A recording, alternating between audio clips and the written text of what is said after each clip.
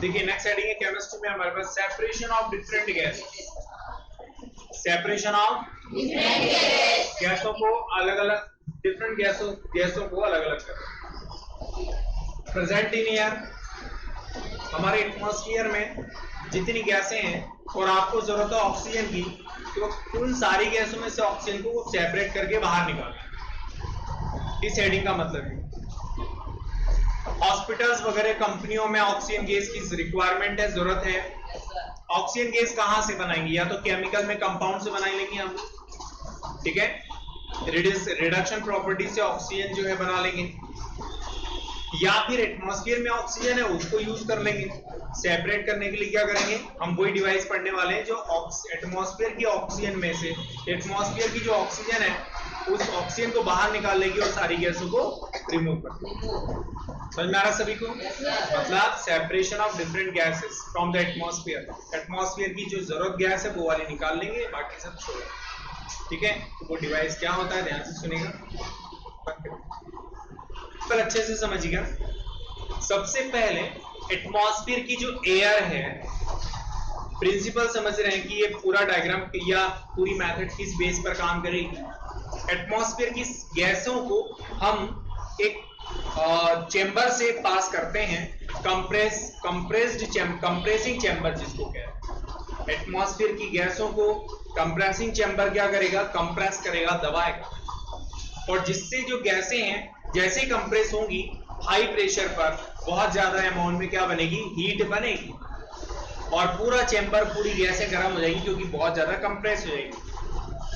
Compress होने से heat बनती है और वो गैसें क्या हो जाएंगी? कंप्रेस तो हो जाएंगी लेकिन गर्म हो जाएंगी। उन गर्म गैसों को, हॉट गैसेस को कूल करने के लिए कूलिंग चेंबर में से हम पास करेंगे। तो कूलिंग चेंबर के अंदर से जैसे ही पास करेंगे वहां पर जितनी भी मॉइस्चर वगैरह जो गैसें हैं वो क्या हो जाएंगी? लिक्विफाइड हो जाएंगी। मॉइस्चर है पानी में कन्वर्ट होकर के अलग हो जाएगा। समझ में आया? इतना ज्यादा आप उसको कूल कर दोगे। फिर आप उस कूल्ड गैस को, कंप्रेस्ड कूल्ड गैस को कहां ले जाएंगे अपन? सेपरेटर चेंबर में ले जाएंगे। तो सेपरेटर चेंबर में जब ले जाओगे आप तो वो इतनी ठंडी गैसें हो जाएंगी कि अगर कार्बन डाइऑक्साइड है तो सॉलिडिफाई हो जाएगी, सॉलिड में कन्वर्ट हो जाएगी, जिसको ड्राई आइस कहते हैं। सॉलिड CO2 को ड्राई आइस कहते हैं। वो ड्राई है ना, सेपरेटर चेंबर में जब जाएगी तो सारे जो कुछ गैसें हैं वो सॉलिड में कन्वर्ट हो जाएगी और उन सॉलिड गैसों को क्या कर देंगे? बाहर निकाल देंगे।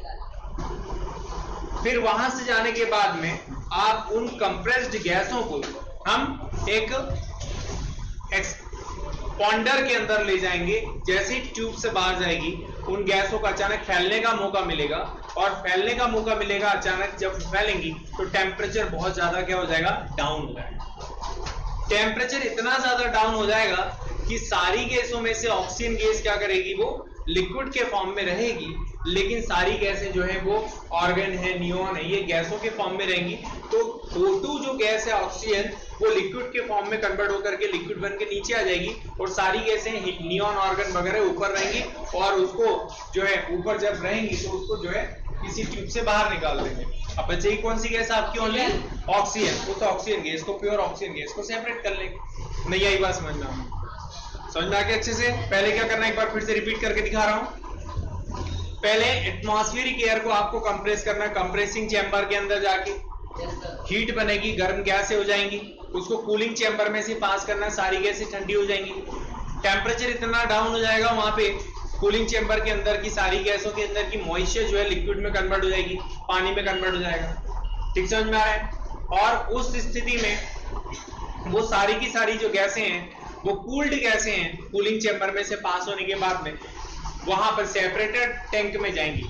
सेपरेटेड टैंक में जाने के बाद में कार्बन डाइऑक्साइड सॉलिड में कन्वर्ट हो जाएगी क्योंकि टेम्परेचर बहुत ज्यादा डाउन हो जाएगा वहां पे, ठीक है। और दूसरी गैसें, नियॉन ऑर्गन जो गैसें हैं और ऑक्सीजन जो गैस है वो गैस के फॉर्म में रहेंगी। उन गैसों को, सारी की सारी गैसों को अपन कहां ले आएंगे? हम एक्सपांशन चेंबर के अंदर ले जाएंगे। एक्सपांशन चेंबर में जैसे ही वो गैसें फैलेंगी टेम्परेचर सडनली डाउन हो जाएगा, और इतना डाउन हो जाएगा कि जो O2 गैस है वो किस में कन्वर्ट हो जाएगी? लिक्विड में, और लिक्विड में जाने के बाद अलग चेंबर में कलेक्ट हो जाएगी, रिसीवर में। और बाकी जो helium, neon, argon, krypton, Xeon गैसें हैं वो गैस के फॉर्म में रहेंगी और उनको कहाँ निकाल देंगे अपन, बाहर निकाल देंगे। अब मैं डायग्राम से समझाता हूँ, देखिएगा अपन करिए। देखिए separation of different gases present in air, क्या मतलब है, गैस जो एटमॉस्फेयर की गैसें हैं उनमें से सपोज करते हैं ऑक्सीजन गैस को सेपरेट करके बाहर निकालना है, क्योंकि ऑक्सीजन गैस की रिक्वायरमेंट हॉस्पिटलों को भी होती है, कंपनी फैक्ट्रियों को भी होती है, तो ऑक्सीजन गैस को हम निकालना चाहते हैं सपोज करते हैं एटमॉस्फेयर में से। ये ऐसे डिवाइस का इस्तेमाल करेंगे। एटमॉस्फेयर की गैसों को यहाँ पंप लगे हुए हैं यहाँ पे और फैन लगे हुए हैं, वो एटमॉस्फेयर की एयर को क्या करेंगे, शक करेंगे और पूरी एयर यहाँ से अंदर ले जाएंगे। एटमॉस्फेयर की एयर इन लिखा हुआ मैंने यहाँ से अंदर जाएगी, ये कंप्रेसर पंप है, ये पंप एटमॉस्फेयर की गैसों को इतना कंप्रेस कर देगा, इतना कंप्रेस कि वो गैसें बहुत गर्म हो जाएंगी। कंप्रेस्ड गैस है, गैसों को जैसे कंप्रेस करोगे, ठीक है, वो हीट में कन्वर्ट, वहां हीट प्रोड्यूस होगी। अब क्यों होगी, क्योंकि कंप्रेस करने से मॉलिक्यूल की काइनेटिक एनर्जी क्या हो जाएगी, लो, और वो काइनेटिक एनर्जी किस में कन्वर्ट हो जाएगी, हीट एनर्जी में, और गैस क्या हो जाएगी, hot and compressed air gas यहाँ से बाहर आएगी, कंप्रेस्ड भी हो गई, गर्म भी हो गई।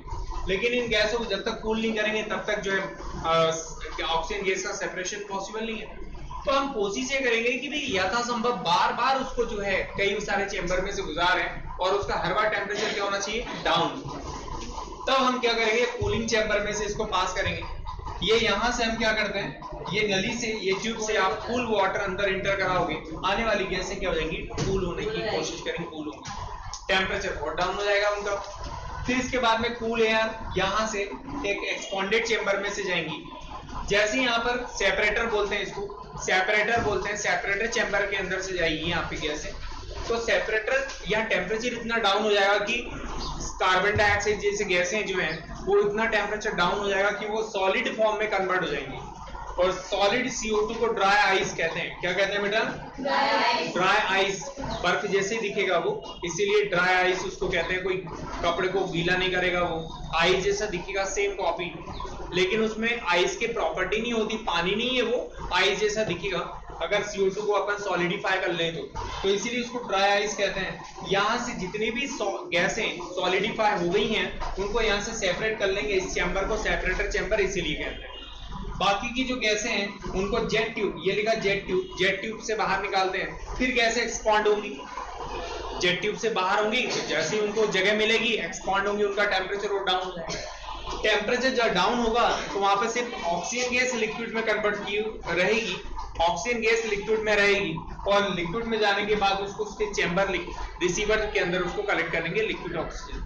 सवाल इतना सा नाइट्रोजन, बाकी जो नियॉन ऑर्गन गैस है इनका क्या होगा, ये जो है लिक्विफाइड नहीं होती हैं, वो ऊपर ही रहेंगी और यहाँ से उनको क्या कर दिया जाएगा, बाहर निकाल दिया जाएगा। जिस तरीके से हम लोग जो है ऑक्सीजन को सेपरेट कर लेते हैं with the help of this method. नहीं, यही समझ में, किसको समझ में आ गया?